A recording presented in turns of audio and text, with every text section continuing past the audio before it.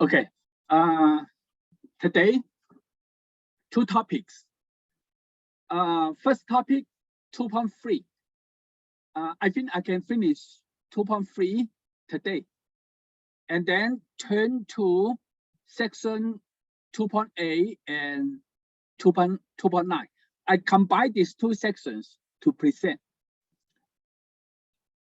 2.3, this section, only one theorem, only one theorem. This theorem connects the properties about invertible matrices. These properties are often used. The theorem is theorem number 8 on this page in the book. Now let me present the theorem. We call this theorem the invertible matrix theorem. Suppose A is a square matrix. Whenever we talk about the inverse of a matrix, we assume the matrix square. Square means the number of the rows is equal to the number of the columns. Then the following statements are equivalent. Equivalent means all the statements are either true or false. Equivalent. Now I present properties. Number 1, matrix A is invertible. That means that you can find a matrix, say C, such that C times A is identity matrix and A times C is identity matrix. If you can find such a square matrix C so that these two equations are true, then C is the inverse of matrix A.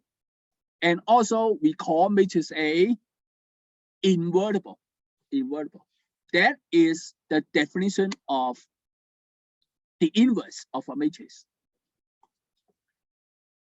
If matrix A is invertible, statement 2, then A is row equivalent to the n by n identity matrix I. A is invertible, then A is row equivalent. Row equivalent means you can perform row operations on the matrix A to reduce A to identity matrix. The equivalence between these two statements actually is, this is a theorem. Which theorem? A theorem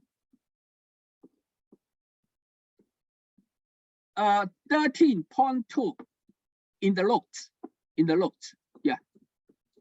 We have, in this theorem, we have proved the equivalence of these two statements. Statement number 3. If A is row equivalent to identity matrix, then A has an pivot position. Yeah. 2, if 2 is true, then number 3 is true. This is quite obvious.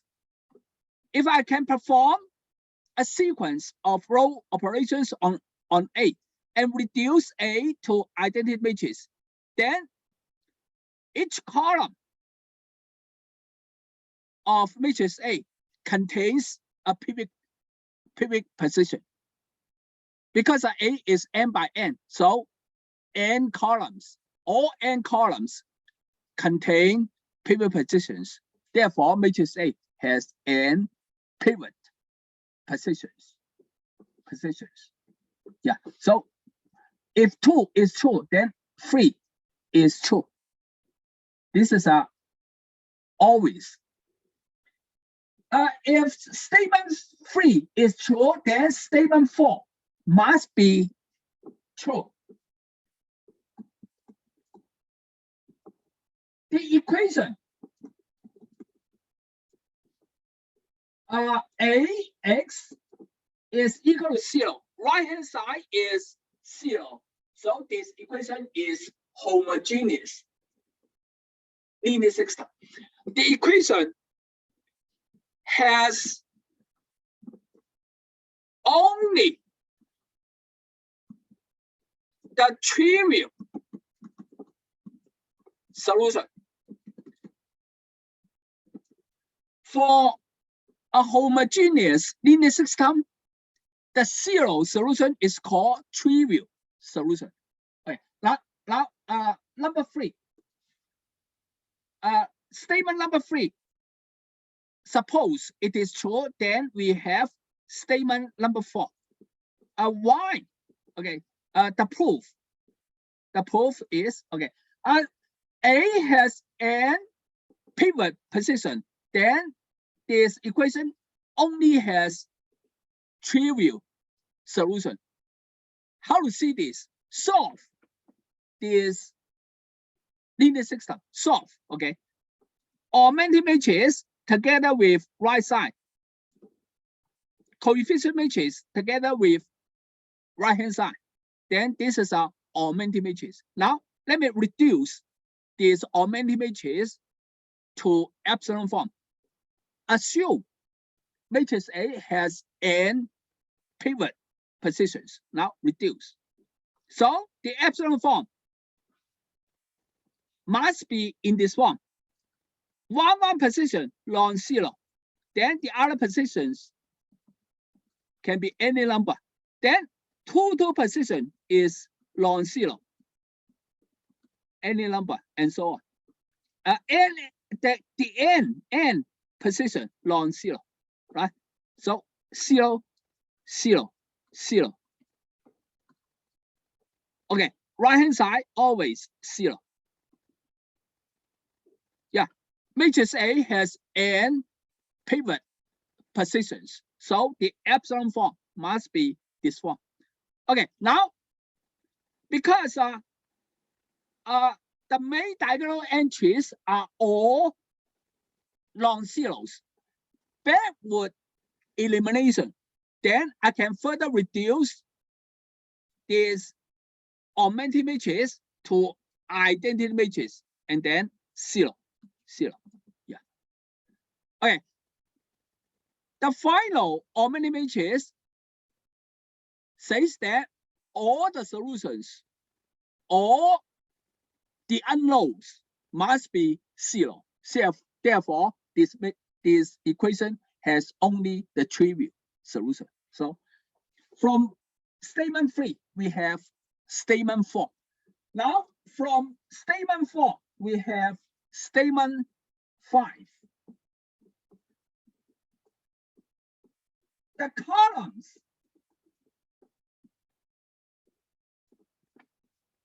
of matrix A form a linearly independent set. Independent set. Okay, now let me erase. Erase.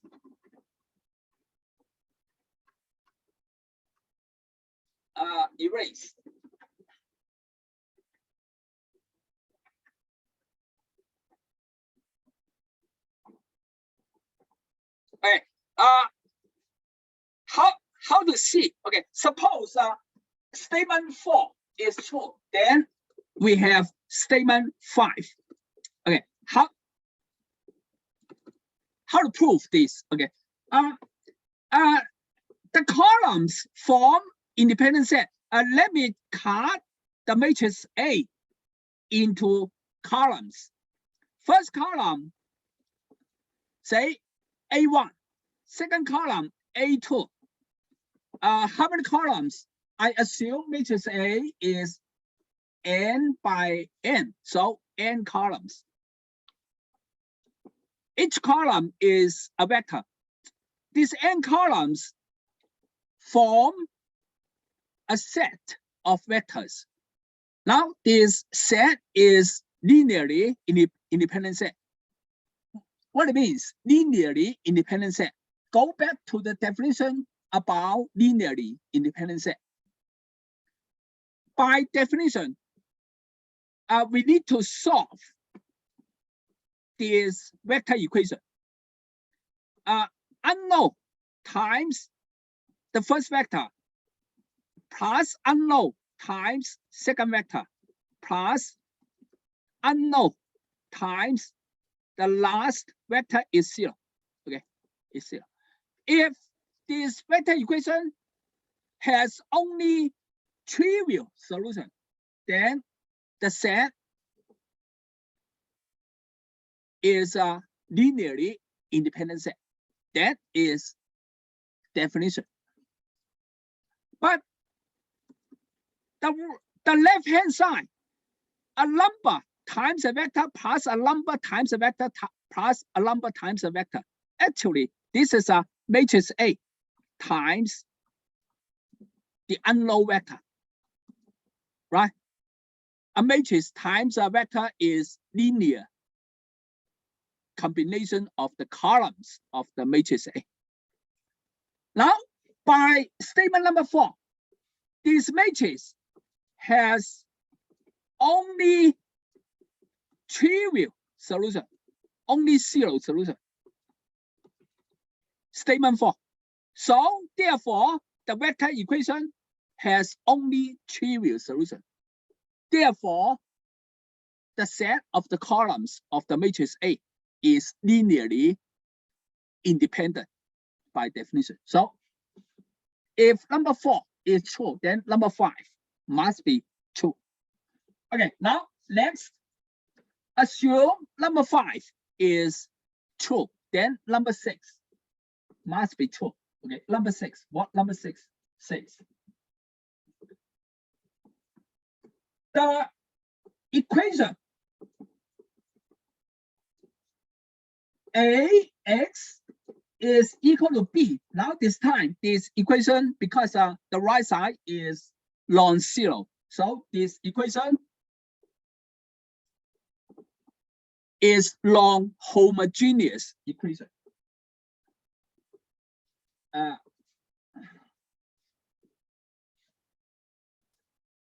The equation has a solution for each vector in Rn. Yeah, this notation. Yeah, this notation means in, okay, all from. Okay. Now let me erase. How to see? Statement number 5 is true, then number 6 is true. Okay.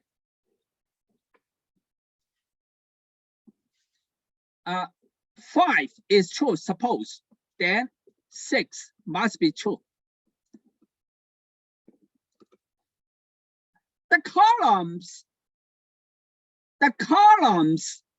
of A form a linearly independent set.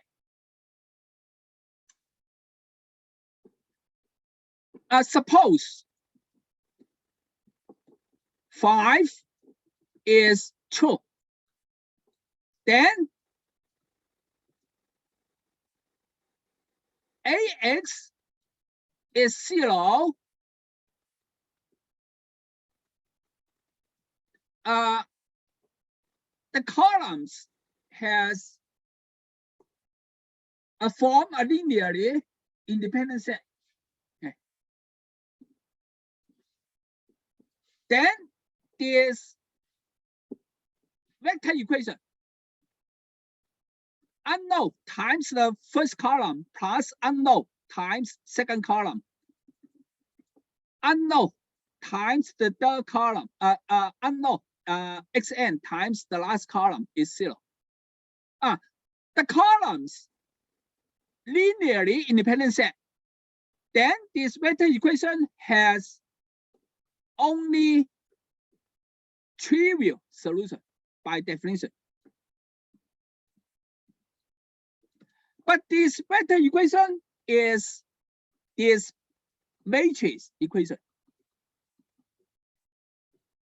This matrix equation has only trivial solution.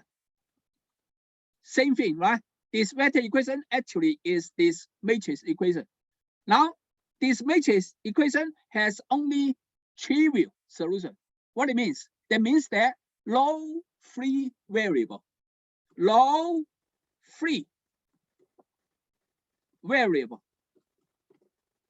only trivial solution, low free variable. Okay, low free variable, that means that all the columns are basic column. Okay, all columns of A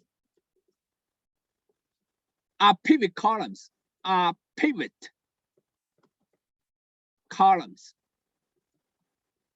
Pivot column means when a column contains a pivot number, pivot column.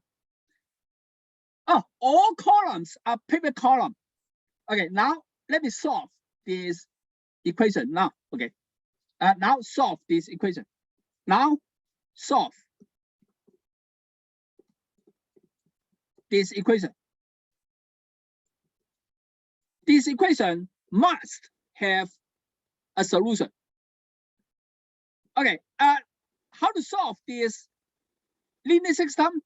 Reduce it to epsilon form. Remember, each column has a pivot position, so the epsilon form must be this, because matrix A square must be this.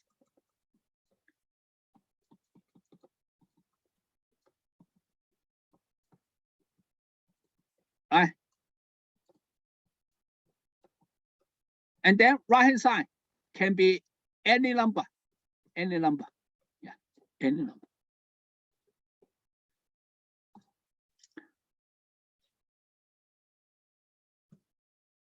Okay, this linear system has a solution because the bottom row, the bottom non-zero is not in this form.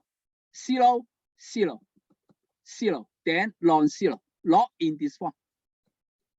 So this linear system has a solution. Therefore, statement number 6 is true. For any B, this equation has a solution.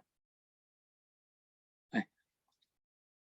Now, suppose statement 6 is true, then statement 7 must be true.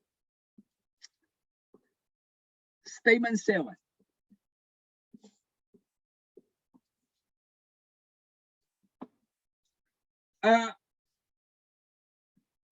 The columns of matrix A span the whole space Rn, not just span a line, not just span a plane, but span the whole Rn. How to see this? Okay, suppose statement number 6 is true, then number 7 must be true. What is statement number 6? Statement number 6, for any B, this equation has a solution. proof. Suppose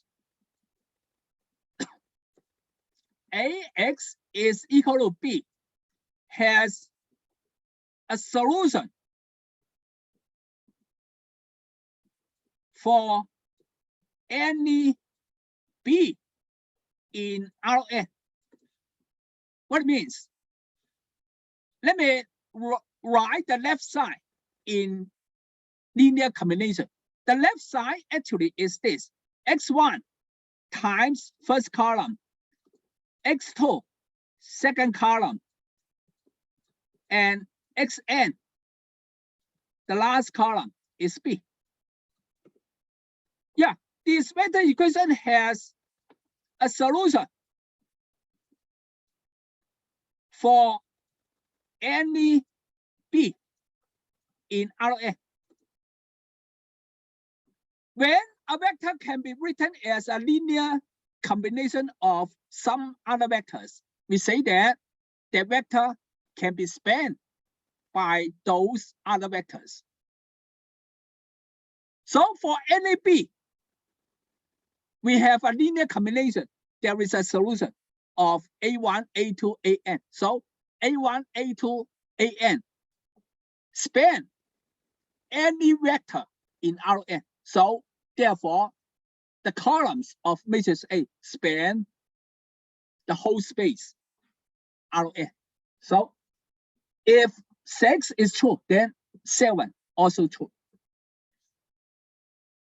Now suppose that 7 is true.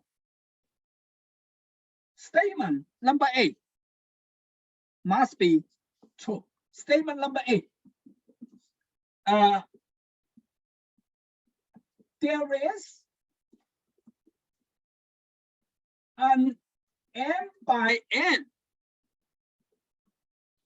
matrix D such that A times D is equal to identity matrix. How to see this?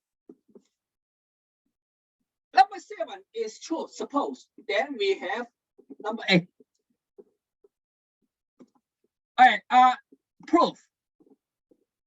Let me write AD is I in the form. Let me cut D in columns. D1, D2, Dn, and also cut identity matrix into columns.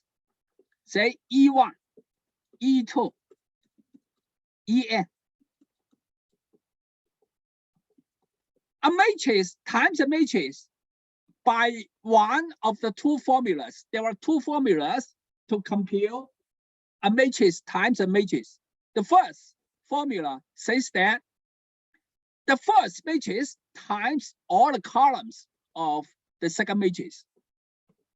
A times D1, A times D2, A times Dn is equal to E1, E2, En. All right, now compare the columns on left side and the right side. Then we have this is a linear system. Second linear system.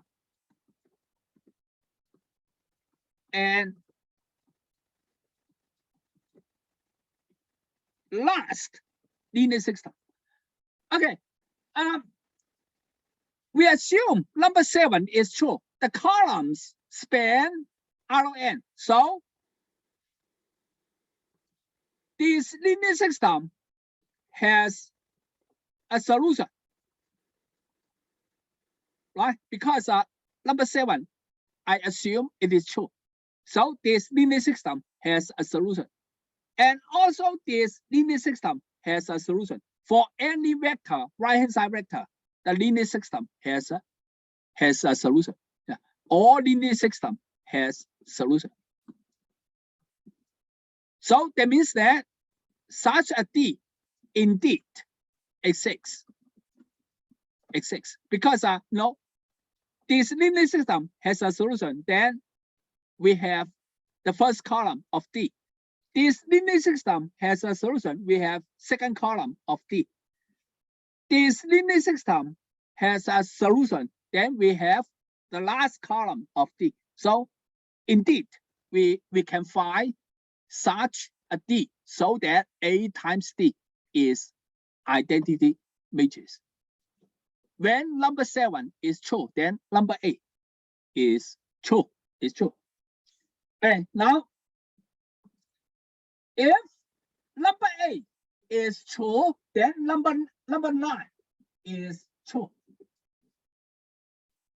There is n by n matrix C such that C times A is I. All right, let me erase.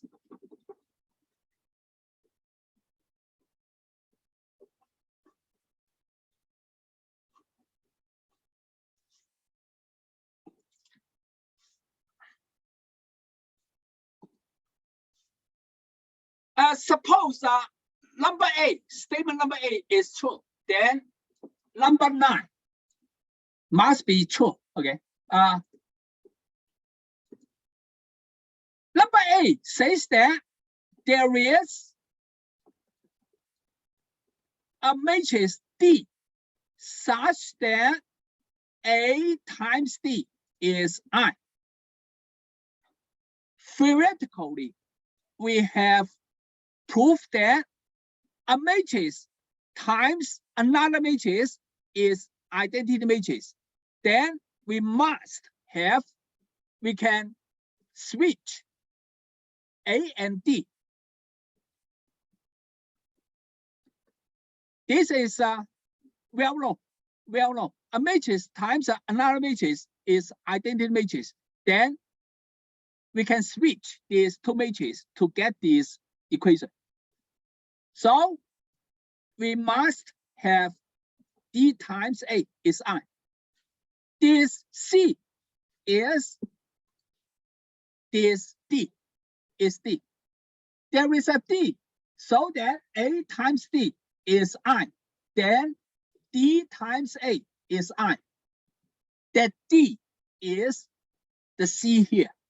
So statement number 8 is true. Then number 9 is also true.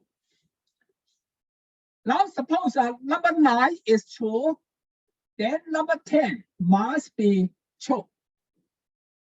A transpose is invertible. How to see this?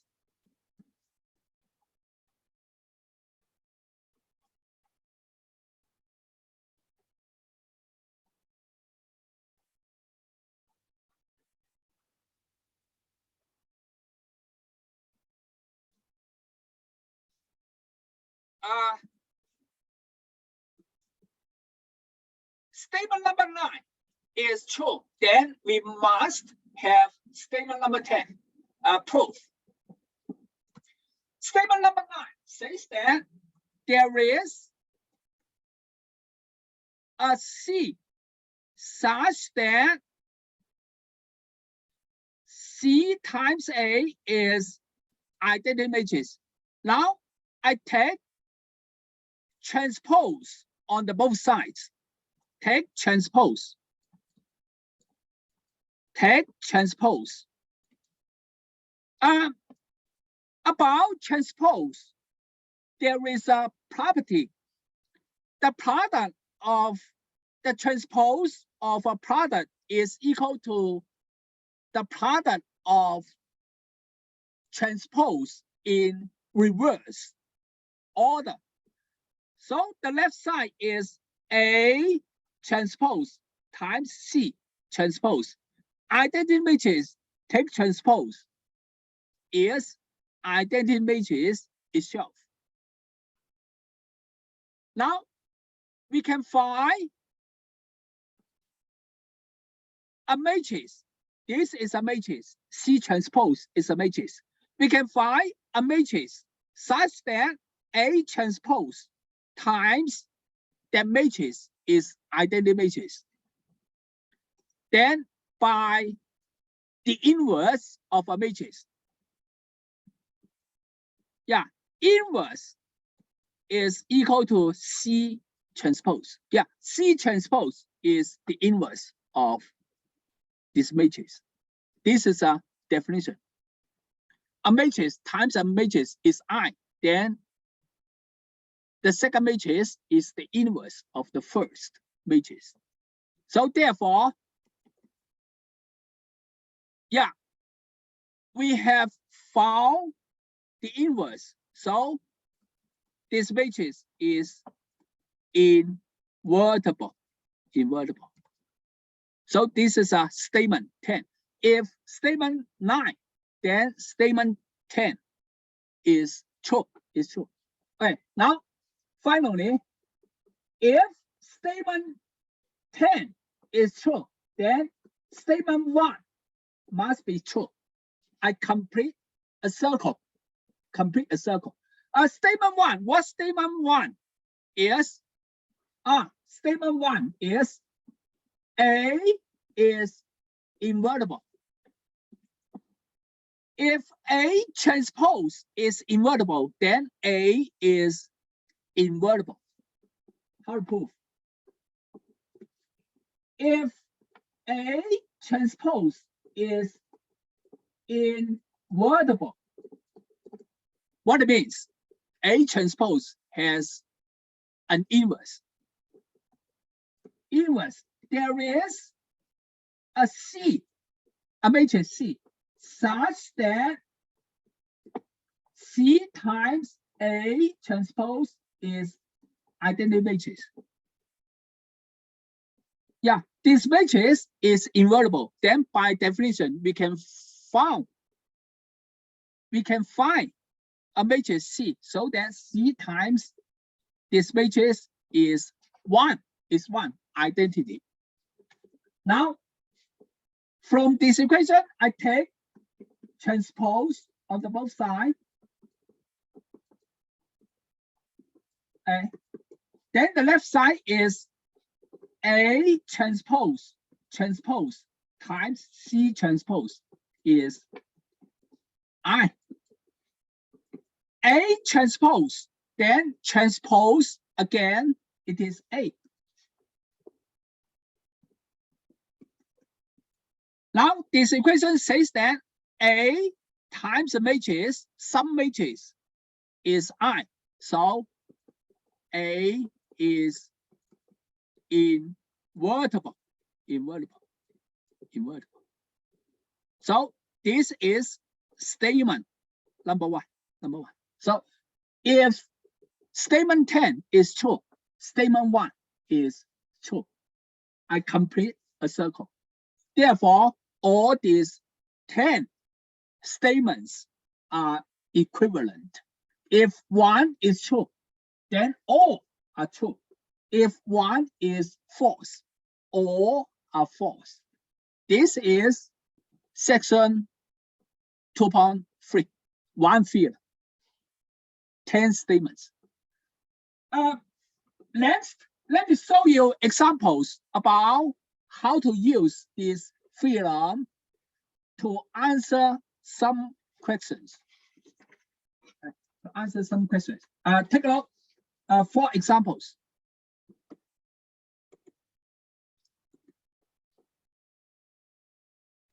Example 1.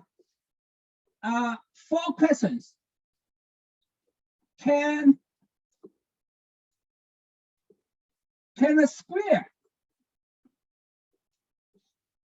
matrix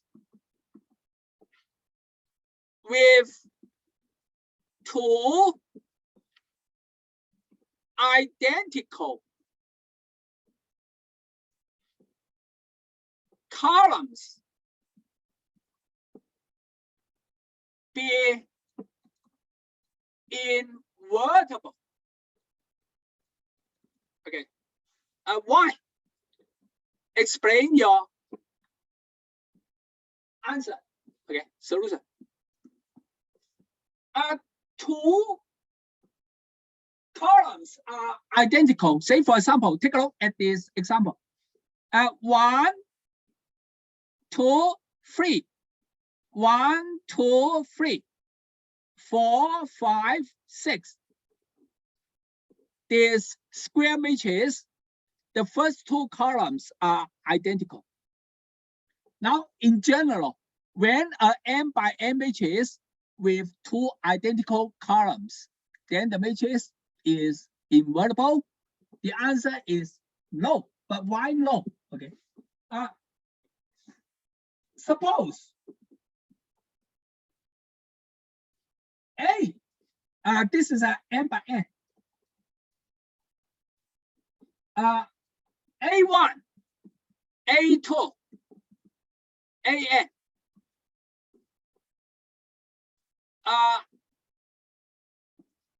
Suppose, say, without loss of generality, suppose the first two columns are equal. Then the columns will be linearly dependent set. But why? Why? Okay. Now solve this vector equation.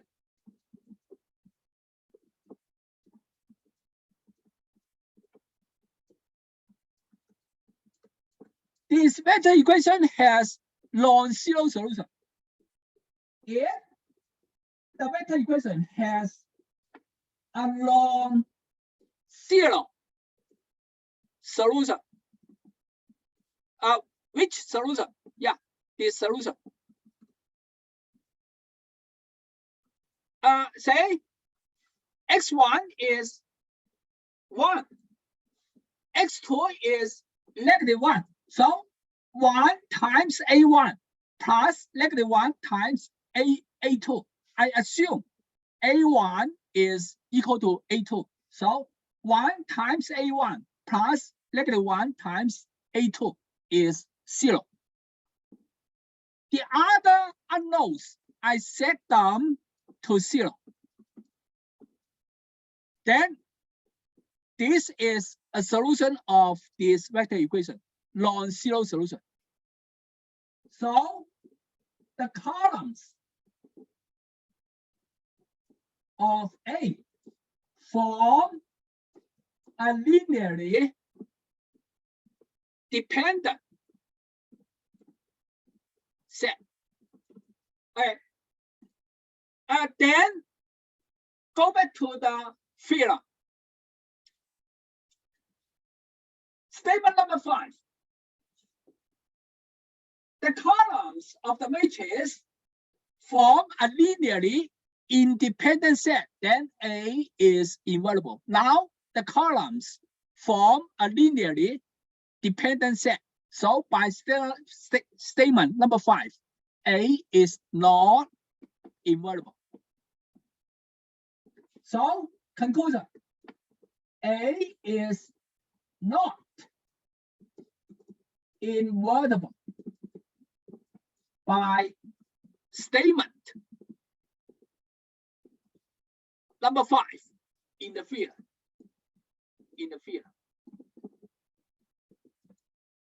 When the matrix has two identical columns, the matrix has low inverse. Yeah, this is part A. Now part B. An upper triangular matrix. What is an upper triangular matrix? Is one when all the entries below the main diagonal line are zeros. Say, for example,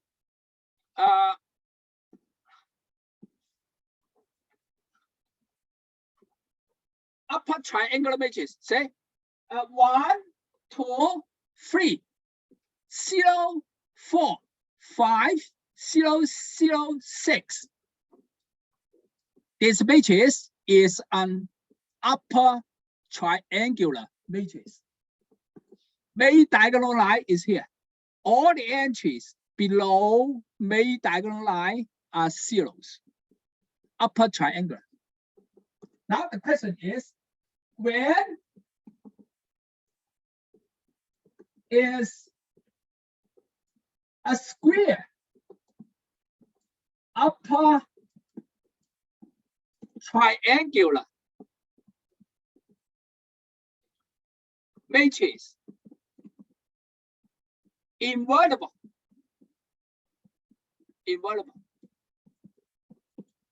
When? My answer is when all the main diagonal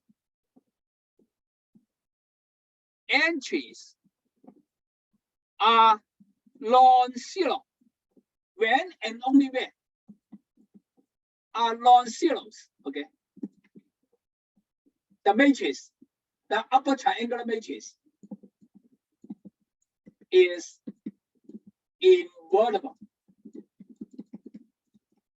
If one main diagonal entry is zero, say for example, let me erase here. Yeah. So this is zero.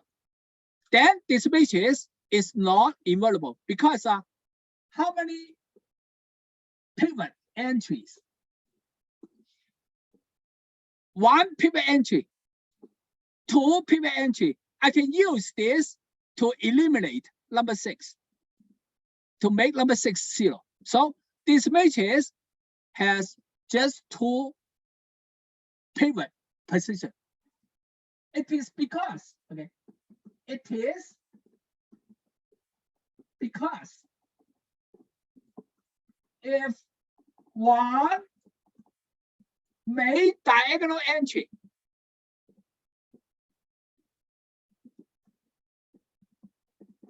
is 0, then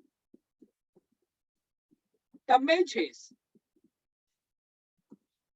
then this upper triangular matrix, then the matrix has less than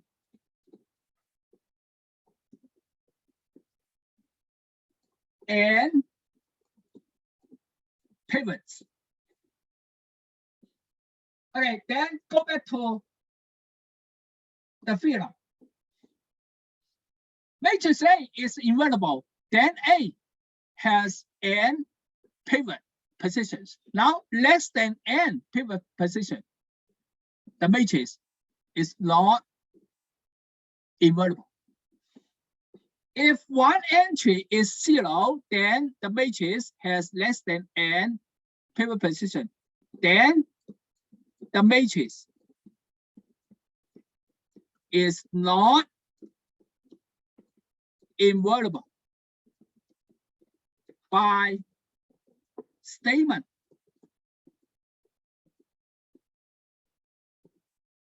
What number the statement? Statement number 3. Statement number 3. By statement number 3. So an upper triangular matrix is invertible. All the main diagonal entries must be non-zero. Okay, non-zero. This is a B. Now C. If the columns of a 7x7 matrix D are linearly independent. Yeah, the columns are independent. What can you say about the solution? The solutions of this equation and why? Okay, why? Okay, now a matrix, a square matrix.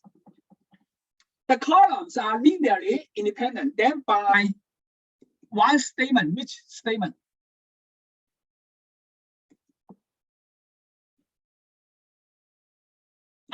Statement number 5. The columns of a matrix form linearly independent set. Then the matrix is invertible. Number 5.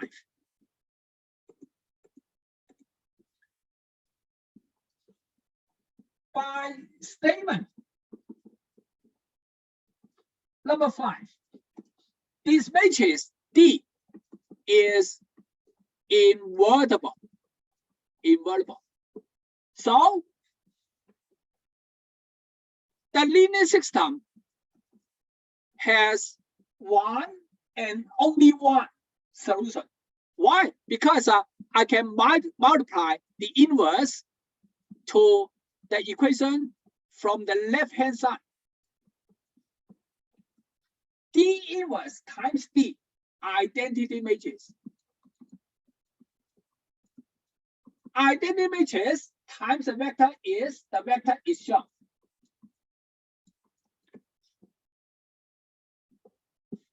So the conclusion is, what can you say about the solutions of this equation? Conclusion. This equation has one solution, this solution, and only one solution, no more. Yeah, that's it. That's it. This is the answer to question C. Now, question D. If the equation Gx is equal to y has more than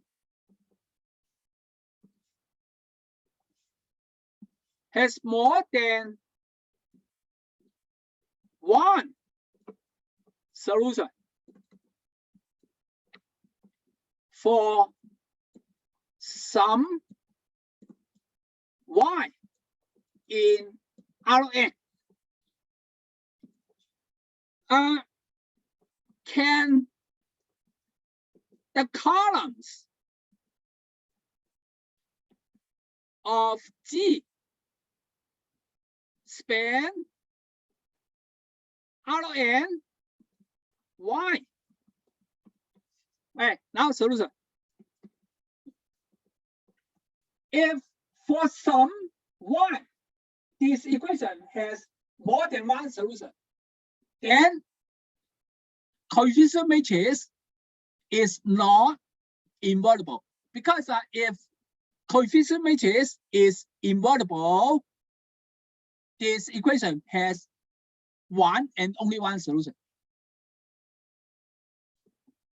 Since this equation has more than one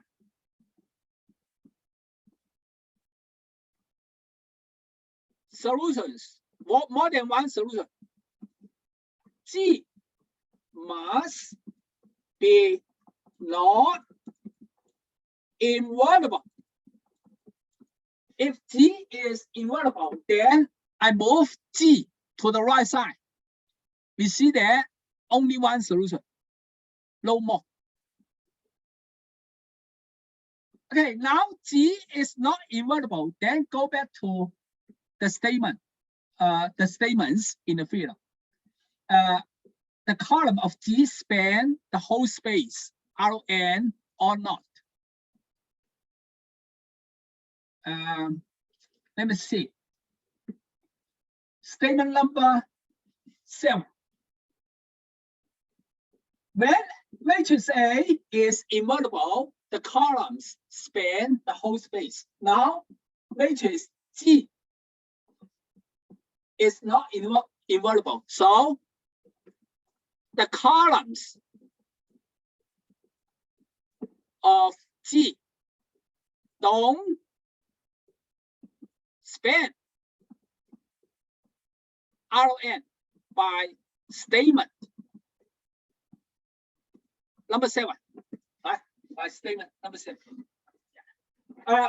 These are the examples about how to use the theorem to answer questions. This is a topic 1. Now, second topic. Let me see. What is the second topic? Second topic. I combine these two sections together to present subspaces of Rn. Topic 2.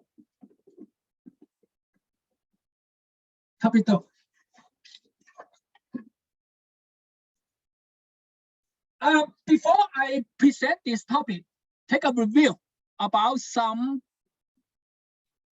concepts. Okay, take a review first. Number 1, we often use when a vector is a linear combination of some other vectors. Say some other k vectors. A linear combination, that means that vector v is some number times v1, some other number times v2. Yeah, linear combination. If vector v is a linear combination of v1, v2, vk, we say that v linearly depends on v1, v2, vk, or v is spanned by v1, v2, vk, or v is generated by v1, v2, vk. Yeah, these 3 terminologies, they have the same meaning, linear combination. Review number 2. A set of vectors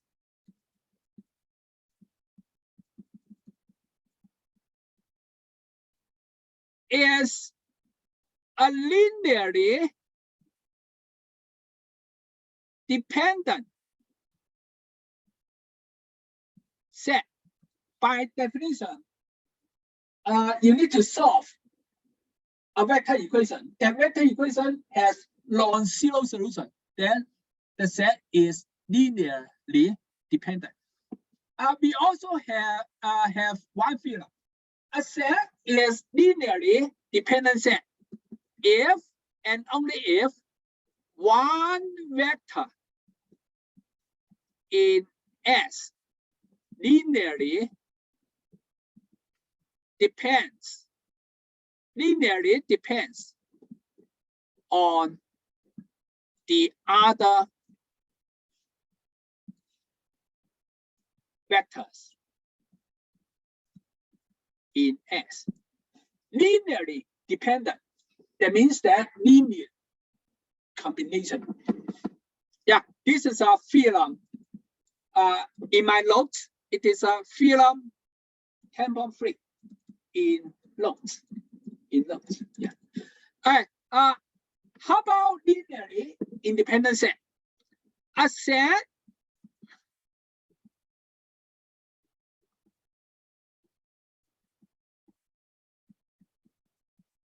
is a linearly independent set. By definition, the vector equation about these k vectors has only the trivial solution. But also by the same theorem, this theorem 10.3, if and only if low vector in S linearly depends on the other vectors.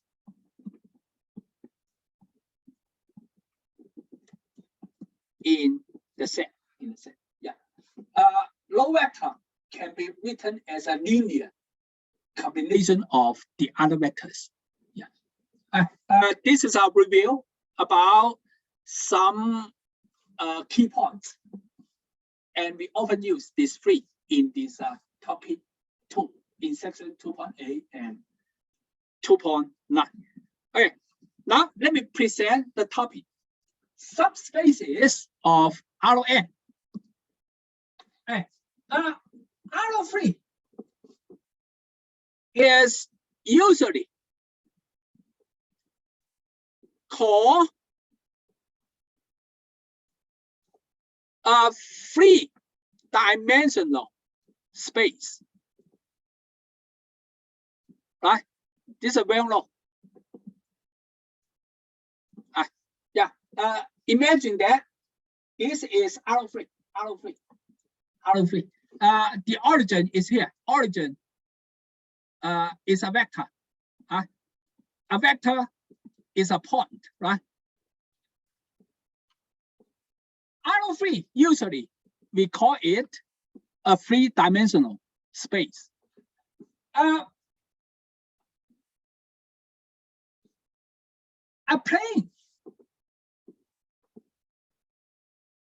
plane in R3 through the origin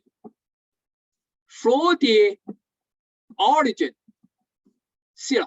Yeah, let me draw a plane. Yeah, a plane in R3.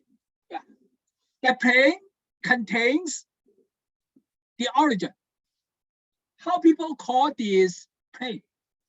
A plane in R3 through the origin, we usually call it two-dimensional.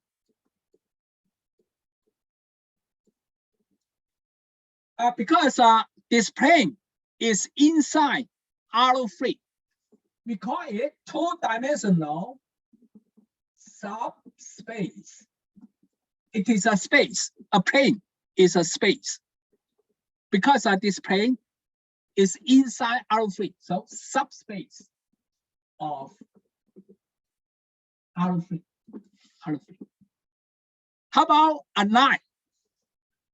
On the other hand, a line in R3.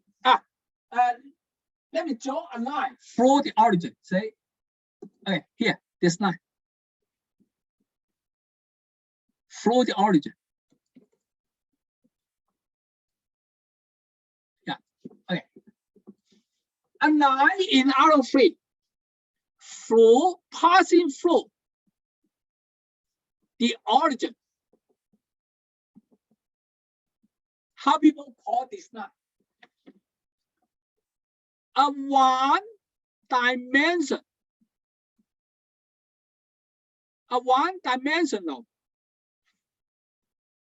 subspace of R3. A line through the origin is a space because this line is part of R3, a subspace of R3, and the dimension is one. Okay, now let me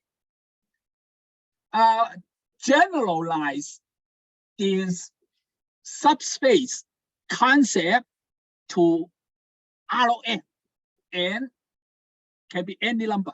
Okay. Now, okay. Definition here.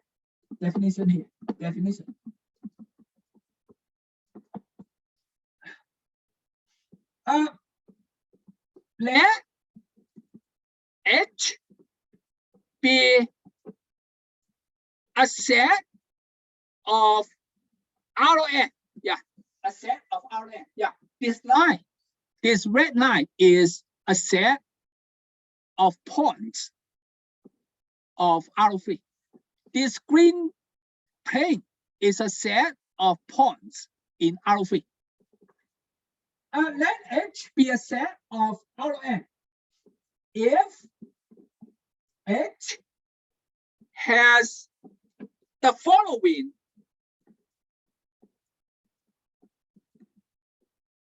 free properties. We say that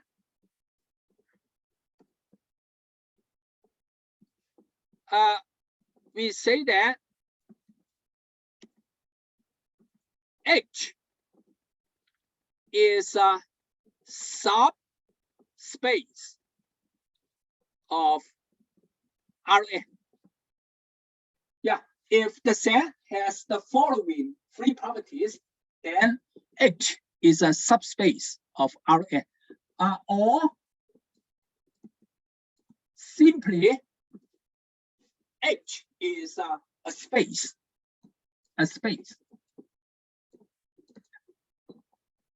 Okay. What are the free properties? Number one, the origin, the zero vector, should be in H. Yeah, this notation means inside. Okay, in. Okay, in. Okay. Second property.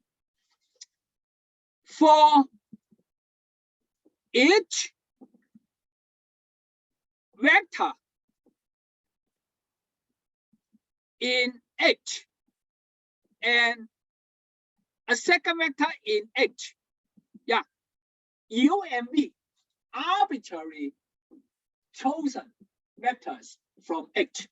For each U and each V, the sum U plus V is still in H. Second property. Yeah, this property, we give a name to this property. Okay. We call the second property closed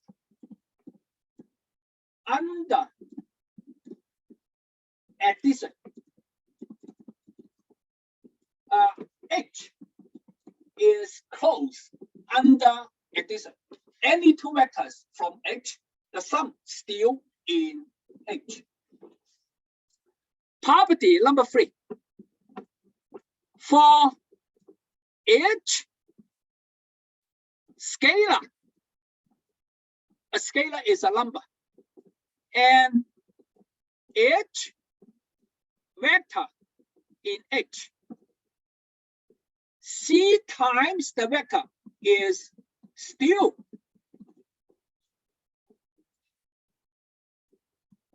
in H. A number times a vector from H, still in H. Yeah, we call this property H is closed under what? Let me see. under scalar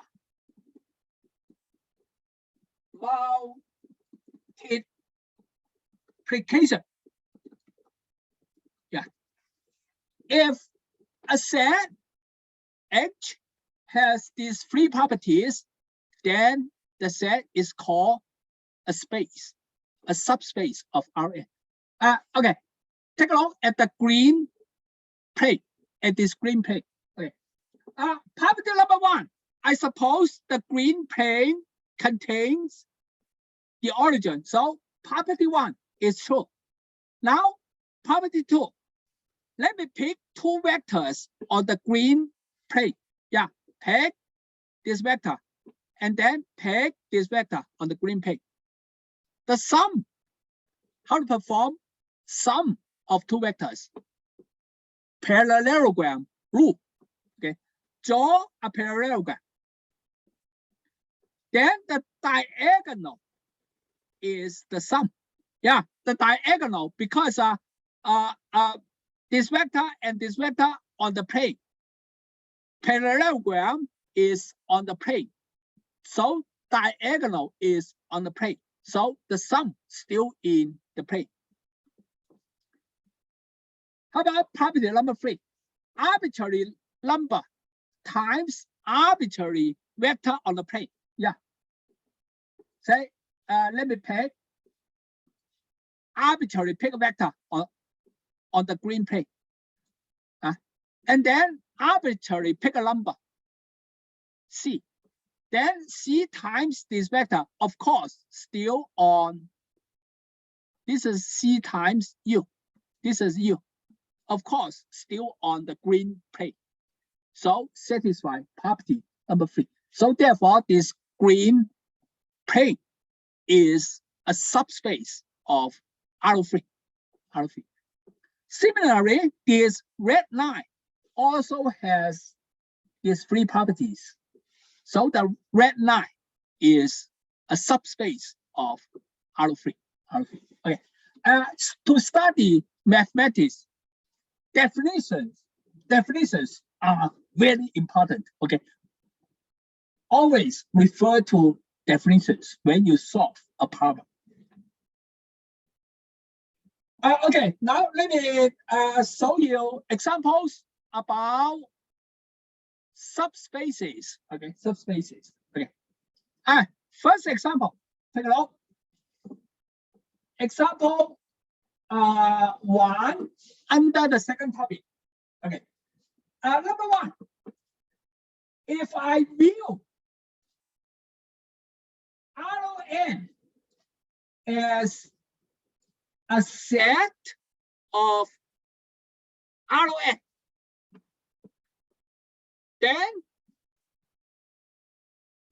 this set, let me name this set by H. Then this set has the three